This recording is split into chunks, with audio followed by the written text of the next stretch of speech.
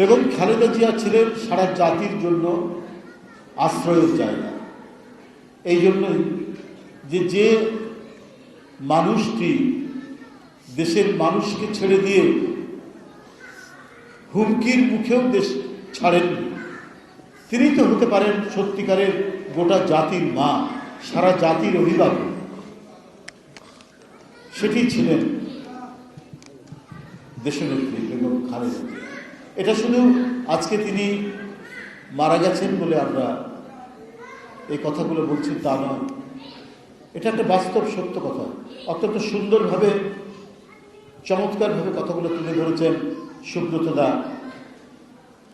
আসলে যে কথাগুলো বলেছেন অত্যন্ত সত্য কথা। অসংখ্য তার বক্তব্য এখন ইউটিউবে বা সামাজিক গণমাধ্যমে ভেসে বেড়াচ্ছে। তিনি বারবার বলতেন, এই দেশ হিন্দু, মুসলমান, খ্রিস্টান, বৌদ্ধ, উপজাতি সবার। এটা আমরা এমন এক দেশে বাস করছি, আমাদের রাজনৈতিক দল, আমরা আমাদের এমন একটি রাজনৈতিক দল করি, আমাদের রাজনৈতিক দর্শন হচ্ছে প্রত্যেকটি মানুষের ঠাঁই, প্রত্যেকটি মানুষের ঠিকানা, প্রত্যেকটি মানুষের আশ্রয়। তার এই বক্তব্য এখন ইউটিউবে ভেসে বেড়াচ্ছে। কি অসাধারণ অসাম্প্রদায়িক একজন নারী। একদিকে যেমন তিনি ধর্মপ্রাণ, আবার একই সাথে তিনি খুব প্রচন্ড রকমের অসাম্প্রদায়িক মানুষ। একজন ধর্মপ্রাণ মানুষ কখনোই সাম্প্রদায়িক হতে পারে না।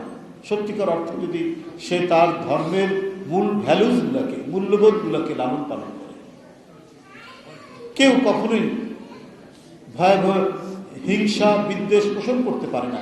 ধর্মপ্রাণ মানুষের এটা হয় না। বেগম খালেদা জিয়া তিনি একদিকে যেমন ধর্মপ্রাণ মানুষ, আরেকদিকে তিনি আধুনিক মানুষ, আরেকদিকে অসাম্প্রদায়িক মানুষ। তিনি এমন এক জাতীয় নেতা, তার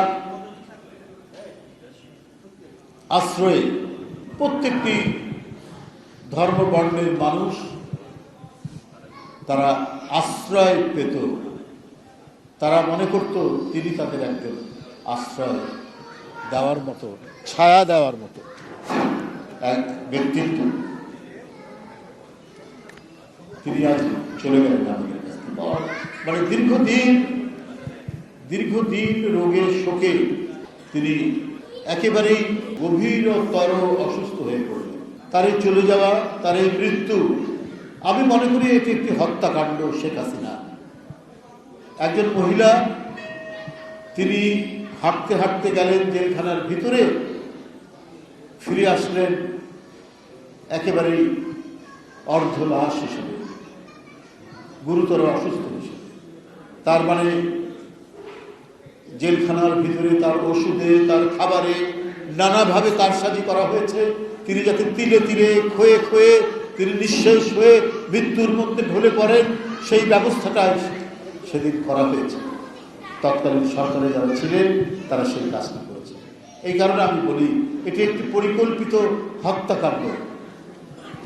দেশনেত্রী বেগম খালেদা জিয়া এই মৃত্যু, তাকে মৃত্যুর দিকে ঠেলে দেওয়া হয়েছে চক্রান্ত করে, ষড়যন্ত্র।